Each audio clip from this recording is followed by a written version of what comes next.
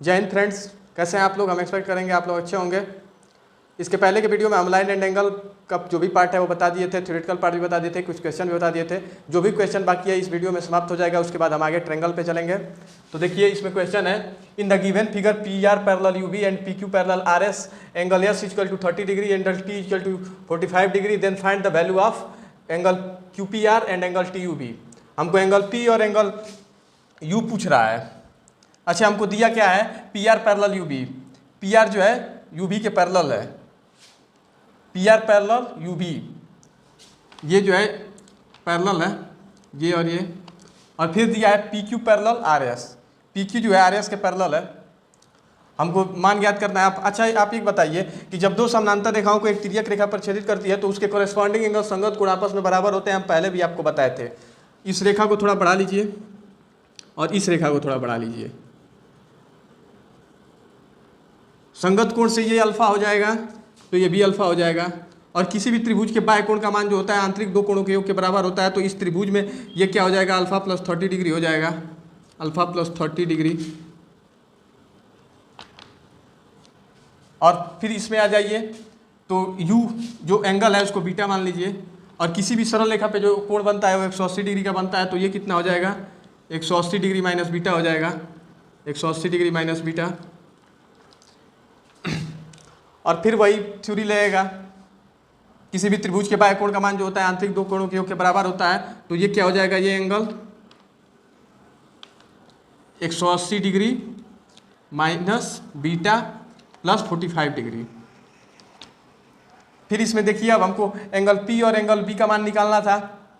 ये भी एक पैरेलल लाइन है और एक ये भी पैरेलल लाइन है। अब जब दो पैरेलल लाइन को कोई भी ट्रांसवर्सल लाइन इंटरसेक्ट करती है, त्रियक रेखा पर छेदित करती है, तो उसके संगत कोण कॉरेस्पॉन्डिंग एंगल बराबर होता है। तो कॉरेस्पॉन्डिंग एंगल से एंगल ये और एंगल ये बराबर हो जाएगा। तो संगत कोण से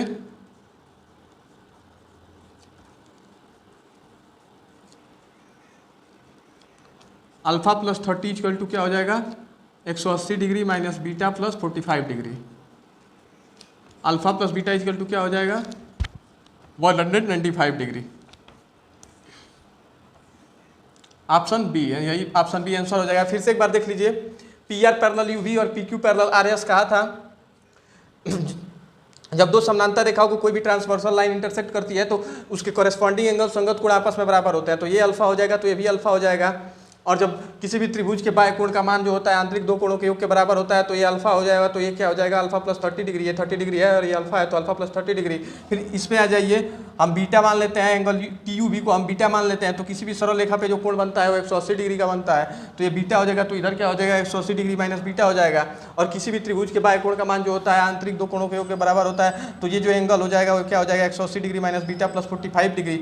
और किसी भी सरल रेखा पे जो जब दो समानांतर रेखाओं को कोई तिर्यक रेखा पर छेदित करती है तो उसके संगत कोण आपस में बराबर होते हैं। तो संगत कोण से ये एंगल और ये एंगल आपस में बराबर हो जाएगा। तो alpha plus 30 degree equal to 180 degree minus beta plus 45 degree. तो बीटा को इधर लाजिए, alpha plus beta equal to क्या हो जाएगा, 195 डिग्री। जो हमको मान पूछा था एंगल क्यू पी आर और एंगल टी यू बी। तो एंगल पी जो होगा वो अल्फा हो जाएगा, एंगल टी यू बी जो हो जाएगा वो बीटा हो जाएगा। Alpha plus beta equal to 195 degree. Answer B, इसको नोट करिए। देखिए नेक्स्ट क्वेश्चन है, in the given figure A B parallel C D find the value of X. दिए गए चित्र में ए बी समानांतर सी डी है तो एक्स का मान ज्ञात कीजिए। अच्छा, ए बी ये ए है, ये बी है, ये सी है और ये डी है। A B parallel C D कहा है। अच्छा ये देखिए, इसको बढ़ा दे रहे हैं तो एक त्रिभुज का काम करेगा। तो ये क्या हो जाएगा, 7x हो जाएगा। और इसको भी बढ़ा देंगे तो एक त्रिभुज का काम करेगा। तो वर्टिकली अपोजिट एंगल से ये भी 5x हो जाएगा। ये कितना हो जाएगा, 5x हो जाएगा। और जब ये 5x हो जाएगा और ये 6 हो जाएगा तो किसी भी त्रिभुज के बाह्य कोण का मान जो होता है वो आंतरिक दो कोणों के योग के बराबर होता है। तो ये 6x है, ये 5x है, 11x हो जाएगा। और जब किसी भी दो पैरेलल लाइन को एक ट्रांसवर्सल लाइन इंटरसेक्ट करती है तो उनके कई तरफ के आंतरिक कोणों का योग जो होता है 180 डिग्री होता है। तो 11x plus 7x equal to क्या हो जाएगा, 180 डिग्री। तो 18x equal to 118 degree, x equal to 10 degree. x का मान कितना आ गया, 10 डिग्री। ऑप्शन बी, नोट करिए इसको। देखिए नेक्स्ट क्वेश्चन है, in the given figure A B parallel C D then choose correct one. इसमें हमको सही आंसर चूज करना है। ए बी सी डी दिया गया है। अच्छा, किसी भी सरल रेखा पे जो कोण बनता है 180 डिग्री का बनता है। ये एंगल ए है तो ये क्या हो जाएगा, एंगल 180 डिग्री माइनस ए हो जाएगा। और ये जी है तो ये क्या हो जाएगा 180 डिग्री माइनस जी। हम आपको थ्योरेटिकल पार्ट में इस तरीके का चित्र बना कर ड्रा करके और बता चुके थे कि इस तरीके के चित्र में किस प्रकार का जो क्या थ्योरी लगता है, कौन सा थ्योरी इसमें लगता है। आप जाके वीडियो में इसको देख लीजिएगा। तो 180 डिग्री इस धर का जो भी कोण बन रहा है 180 degree minus A C E और 180 degree minus G. 180 degree minus A plus C plus E plus 180 degree minus G equal to इधर बन रहा है बी डी और F. B plus D plus F. 180 degree 180 degree क्या हो जाएगा 360 degree plus इसमें कौन सा होगा, यही होगा क्योंकि इसमें 360 डिग्री है, जोड़ने पे 360 डिग्री आना चाहिए। सी प्लस ई, ये ए और जी उधर चल जाएगा तो B plus D plus F plus A plus G, यही आंसर होगा। किसमें दे रहा है आंसर नंबर ए। हम इस तरीके थ्योरी आपको पहले थ्योरेटिकल पार्ट में बता दिए थे कि इस तरीके चित्र दिया होता है तो इधर जितना भी कोण बनता है ये इसको जोड़ दिया जाता है 180 degree minus A C plus E plus 180 degree minus G, और इधर जो कोण बनेगा angle B angle D angle F इसको जोड़ दिया जाएगा तो वही आंसर आ गया 360 degree plus C equal to B plus D plus F plus A plus G, answer number A. इसको नोट करिए। देखिए नेक्स्ट क्वेश्चन है, नीचे दिए गए चित्र में एक्स डिग्री ए डिग्री और सी डिग्री और 180 डिग्री माइनस बी डिग्री अंकित किए गए हैं, निम्न में से कौन सही है। इसमें हमको सही बताना है कौन सा ये ऑप्शन दिया गया है। अच्छा इसमें यक्स का मान पूछा है, ये पाई माइनस बी है तो किसी भी सरल रेखा पे जो कोण बनता है वो कितना डिग्री का बनता है 180 डिग्री का बनता है तो ये कितना हो जाएगा बी हो जाएगा।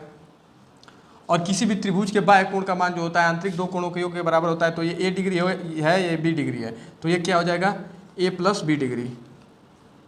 और हमको यक्स का मान निकालना है। इस मान लीजिए कि ये रेखा नहीं है तो इसको हटा दीजिए तो ये क्या हो जाएगा, ये रेखा और ये रेखा नहीं है तो ये रेखा को हटा दीजिए, एक त्रिभुज बन जाएगा ए बी ई। तो बाह्य कोण यक्स दिखाई दे रहा है ना तो यक्स इक्वल टू क्या हो जाएगा ए प्लस बी प्लस सी, ये हो जाएगा आंसर। एक और तरीका है इसके लिए,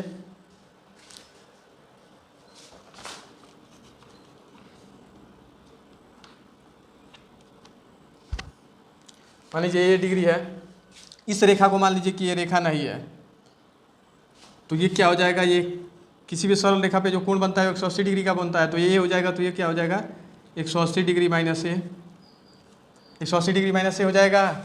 और ये भी पाई माइनस बी है तो ये क्या हो जाएगा बी हो जाएगा।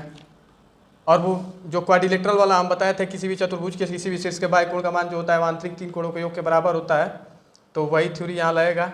ये यक्स है तो ये क्या हो जाएगा 180 डिग्री माइनस यक्स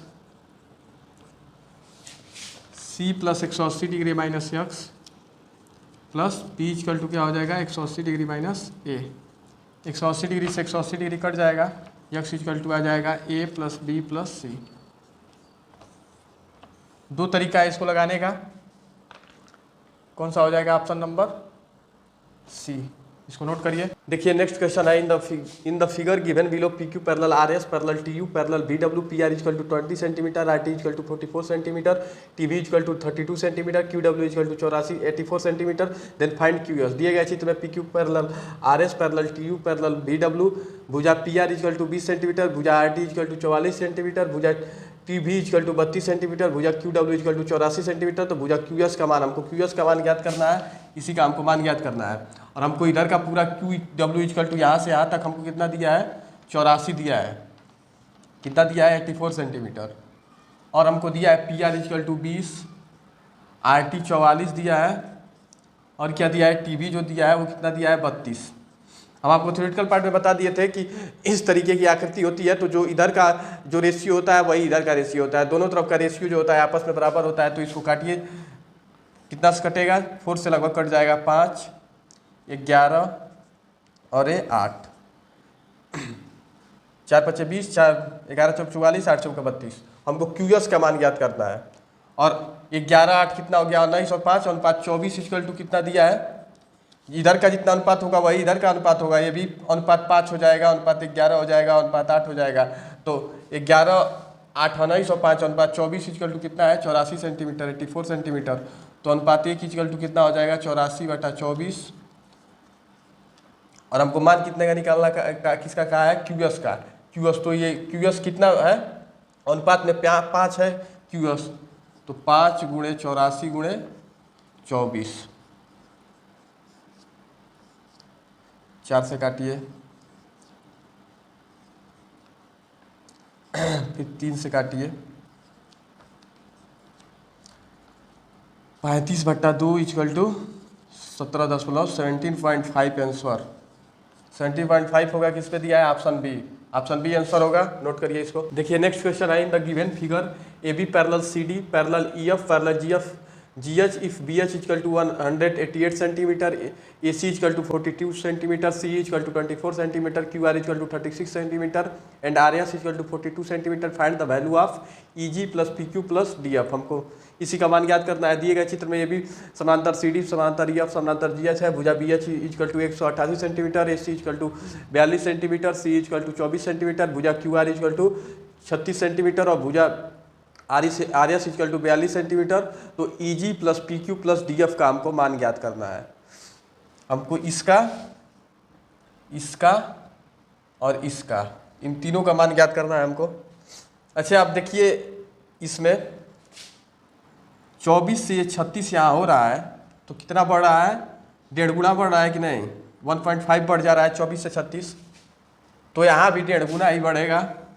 तो ये 42 से कितना हो जाएगा, 1.5 गुना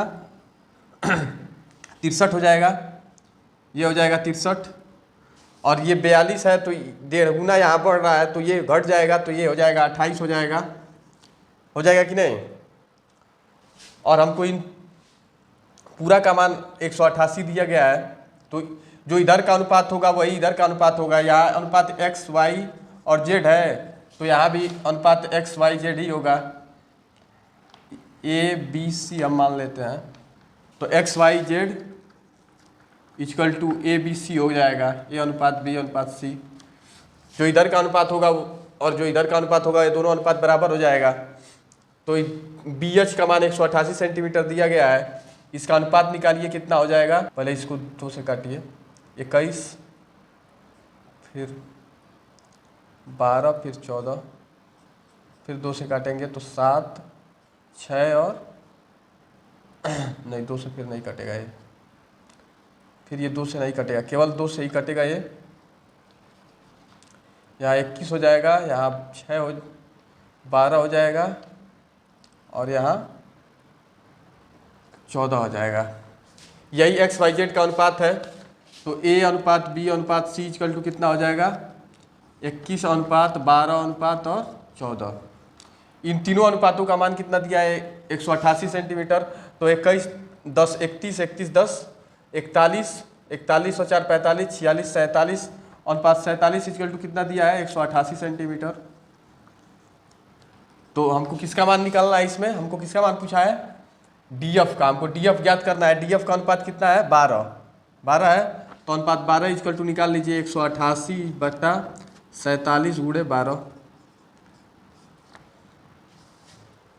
4 बार में कट जाएगा तो कितना आ जाएगा, 48 सेंटीमीटर। 48 सेंटीमीटर किसका मान है, ये डी एफ का है। अब हमको मान किसका ज्ञात करना है, E G plus P Q plus D F, ये हमको ज्ञात करना है ना। तो ई जी का मान हम कितना निकाले हैं, 28। हम पी क्यू का मान कितना निकाले हैं, 63। और डी एफ का मान कितना निकालना है, अभी निकालना है डी एफ 48। इन तीनों को जोड़ दीजिए, 60 और 40 कितना हो जाएगा, 100 आंसर हो जाएगा 139, ऑप्शन बी। इसको नोट करिए। देखिए नेक्स्ट क्वेश्चन है, in the given figure below A B parallel C D parallel E F if A B equal to 29 centimetre, E F equal to 57 centimetre, A C equal to 3/4 centimetre C and B D is x centimetre less than D F, then find the C D. हमको C D का मान ज्ञात करना है, यही मान ज्ञात करना है। इस क्वेश्चन को लगाने के कई तरीके हैं, हम जितना भी तरीका है सबको बताएंगे। ये ए सी इक्वल टू क्या कहा है हमको, ए सी इक्वल टू 3/4 सी कहा है। तो ए सी बटा सी क्या हो जाएगा, 3/4 हो जाएगा। तो यह इसका जो रेशियो होगा 3:4 होगा। तो एक तो जो फार्मूला बेस्ड है ए पे एन प्लस बी पे एम अपान एम प्लस एन, यह अंतर विभाजन और बाह्य विभाजन के लिए कोऑर्डिनेट ज्योमेट्री में इसको लगाया जाता है। तो इससे आप सी डी का मान निकाल सकते हैं, ए पे एन प्लस बी पे एम अपान एम प्लस एन। इसको मान पुट करिए 29, ये क्या है 29 गुणे 4 प्लस 57 गुणे 3 बटा एम प्लस एन क्या हो गया 4 3 7। 29 चौके कितना हो गया 116 प्लस 57 तिया 161 नहीं 171